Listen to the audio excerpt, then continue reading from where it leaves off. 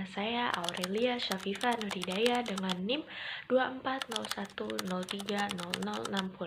Pada kesempatan kali ini, saya ingin menyampaikan sebuah topik yang sangat penting dan relevan dengan kehidupan kita sehari-hari, yaitu tentang fenomena banyaknya konten hoaks dan fitnah di dunia nyata, serta bagaimana sih cara kita agar tidak terpengaruh oleh hal tersebut. Teman, pernahkah kalian membuka media sosial, lalu menemukan berita yang sangat tidak masuk akal atau bahkan sangat mengejutkan, misalnya seperti selebriti terkenal ditangkap polisi atau ada makanan tertentu yang mengandung bahan berbahaya? Kita pun langsung kaget, lalu buru-buru memamerkan tombol share agar teman-teman lain tahu juga. Tapi belakangan ternyata berita itu tidak benar. Nah, inilah yang disebut hoax, berita atau informasi palsu yang dibuat dan disebarkan seolah-olah itu fakta. Bersamaan dengan hoax, adanya juga fitnah, yaitu tuduhan yang tidak berdasar, seringkali disertai manipulasi gambar, video, atau kata-kata untuk menjatuhkan seseorang. Kedua hal ini sering sangat kita temui, terutama di media sosial seperti TikTok, Instagram, Facebook, bahkan X ataupun Twitter. Perkembangan teknologi digital memang membawa banyak manfaat, tetapi juga membuka peluang besar bagi penyebaran informasi yang salah. Di era informasi seperti sekarang, siapapun bisa menjadi penyebar berita, bahkan tanpa sadar keinginan yang tanpa kita tahu. Perkembangan teknologi digital memang banyak manfaat, tetapi juga membuka peluang besar bagi penyebaran informasi yang salah. Di era informasi seperti sekarang, siapapun bisa menjadi penyebar berita, bahkan tanpa sadar sekalipun. Mari kita lihat beberapa contoh nyata. Saat pandemi COVID-19, banyak sekali berita hoaks beredar yang seperti vaksin berbahaya atau virus ini hanya rekayasa politik. Akibatnya, masyarakat menjadi takut, ragu, dan tidak percaya pada tenaga medis. Ini merupakan bahwa hoaks bukan sekadar informasi salah, tapi bisa mengancam kedamaian atau keselamatan masyarakat. Selain itu, menjelang pemilu atau peristiwa politik yang besar, banyak berita hoaks yang beredar untuk menjatuhkan pihak yang lain atau pihak tertentu. Fitnah yang menyebarkan di internet sering menimbulkan perpecahan, kebencian, bahkan konflik sosial.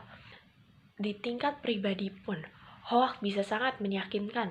Ada banyak yang orang reputasinya hancur hanya karena difitnah lewat postingan yang viral. Padahal semua itu tidak ada yang benar. Dari sini, kita bisa lihat bahwa hoaks dan fitnah bukan sekedar candaan atau informasi ringan, bahkan bukan masalah kecil, tapi sebuah ancaman serius yang dapat mempengaruhi cara berpikir, kepercayaan, bahkan moral masyarakat. Sekarang pertanyaannya, kenapa sih banyak orang mudah percaya sekali kepada berita hoaks? Ada beberapa alasannya. Yang pertama, karena kita jarang memeriksa sumber berita. Banyak orang membaca hanya dari judul tanpa membuka isi beritanya. Padahal judul sering sekali dibuat agar menarik perhatian, bukan untuk menyampaikan kebenaran. Atau terkadang judul juga bisa dilebih-lebihkan. Kedua, hoaks biasanya memancing emosi. Pembuat hoaks tahu bahwa emosi seperti marah, takut, dan benci bisa membuat orang cepat bereaksi. Begitu kita merasa tersentuh emosinya, logika kita sering berhenti bekerja.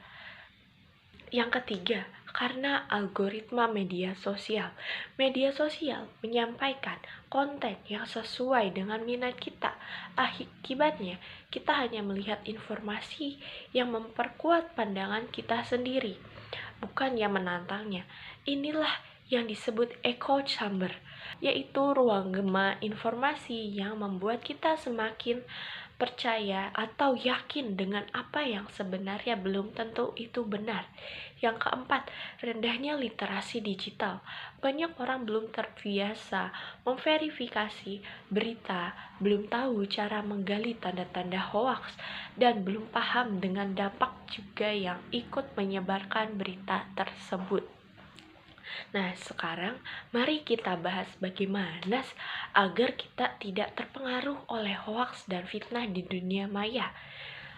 Yang pertama, periksa sumber informasi yang terkait. Jangan mudah percaya pada berita yang datang dari grup WhatsApp atau akun yang tidak jelas. Pastikan sumbernya kredibel, misalnya media resmi yang sudah terverifikasi oleh Dewan Pers atau lembaga pemerintah. Perhatikan juga alamat situsnya. Kadang ada situs palsu yang meniru nama media terkenal dengan sedikit perbedaan ejaan. Yang kedua, lakukan verifikasi atau cross-check terlebih dahulu. Kalau kita ragu, coba cari berita yang sama di media lain. Kalau hanya satu media yang memberikan dan tidak ada bukti kuat, kemungkinan besar itu hoax. Kita juga bisa manfaatkan situs pemeriksa fakta seperti turnbackhoax.id, kominfo.go.id, atau cekfakta.com untuk memastikan kebenarannya. Yang ketiga, gunakan akal sehat dan berpikir secara kritis. Kalau berita terasa terlalu ekstrim, berlebihan, atau penuh emosi, berhenti sejenak. Tanyakan pada diri sendiri, apakah ini sangat masuk akal atau siapa yang diungkapkan dengan berita ini. Berpikir kritis berarti tidak langsung percaya, tapi berusaha memahami konteks dan mencari bukti. Dengan cara ini, kita tidak mudah dipengaruhi oleh berita yang memanipulasi perasaan. Yang keempat, bijak menggunakan media sosial. Kita harus sadar bahwa apapun yang kita bagikan bisa mempengaruhi banyak orang. Jadi, pikirkan dulu sebelum menekan tombol share. Karena dalam Undang-Undang Informasi dan Transaksi Elektronik atau UU ITE, menyebarkan informasi palsu bisa terakibat hukum. Lebih baik diam dan menyaring informasi daripada ikut menyebarkan hal yang tidak benar. Yang kelima, tingkatkan literasi digital. Literasi digital bukan hanya kemampuan internet, tapi juga kemampuan untuk memahami, menganalisis, dan mengevaluasi informasi secara bijak. Kita bisa mulai dengan mengikuti pelatihan, membaca artikel edukasi digital, atau mendengarkan podcast yang membahas tentang keamanan informasi. Yang keenam, gunakan media sosial untuk hal yang positif. Sebarkan hal-hal yang bermanfaat, ilmu pengetahuan, motivasi, karya pribadi, atau kegiatan sosial. Media sosial seharusnya menjadi ruang untuk membangun, bukan untuk menghancurkan. Teman-teman, semuanya, kita sebagai generasi muda memegang peran penting dalam melawan penyebaran hoaks dan fitnah. Kita adalah pengguna internet paling aktif, artinya kita juga paling berpengaruh. Kita bisa mulai dari langkah yang paling kecil, misalnya mengingatkan teman atau keluarga agar tidak menyebarkan berita tanpa dicek terlebih dahulu. Yang kedua, membuat konten edukatif di media sosial tentang cara mengenali hoaks. Yang ketiga, menjadi contoh pengguna internet yang santun, sopan, dan beretika. Kalau kita melakukannya, maka penyebaran hoaks bisa berkurang drastis. Ingat, kebenaran tidak akan menang kalau orang baik hanya diam. Maka mari kita mulai dari diri sendiri untuk menjadi penyaring, bukan penyebar. Teman-teman, dunia maya adalah cerminan dunia nyata. Kalau di dunia maya kita penuh dengan kebohongan dan kebencian, maka di dunia nyata pun dampaknya akan terasa. Namun sebaliknya, kalau kita menggunakan internet dengan bijak, maka teknologi bisa menjadi alat yang luar biasa untuk membawa perubahan positif. Jadi, kesimpulannya, Hoaks dan fitnah memang sulit untuk dihindari, tapi bisa kita lawan dengan sikap kritis, literasi digital yang baik, dan tanggung jawab moral sebagai pengguna media sosial.